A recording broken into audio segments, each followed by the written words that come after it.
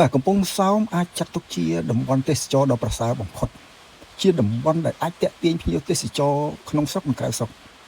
អញ្ចឹងអ្វីដែលជាចំណុចពិសេសដែលយើងគួរតែរៀបចំឲ្យល្អបំផុតនោះគឺទី1ចំណតរថយន្តទី2កន្លែងលក់ដូរប្រកបទៅដោយសោភ័ណភាពនិងអនាម័យនិងមានតម្លៃសមរម្យមិនកោបភ្ញៀវទី3គឺសោភ័ណភាពនៃឆ្នេរមានន័យថាត្រូវរៀបចំឆ្នេរឲ្យមានសភាពស្អាតជាទីបំផុតមើលទៅខ្សាច់សស្អាតគ្មានសម្រាម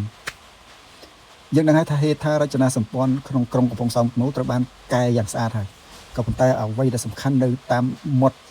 ឆ្នេរមានន័យថាតាមឆ្នេរនីមួយៗគឺត្រូវតែមានសោភ័ណភាពគ្មានសម្រាមគ្មានការចោលសម្រាមគ្មានការលក់ដូររញ៉េរញ៉ៃត្រូវរក្សា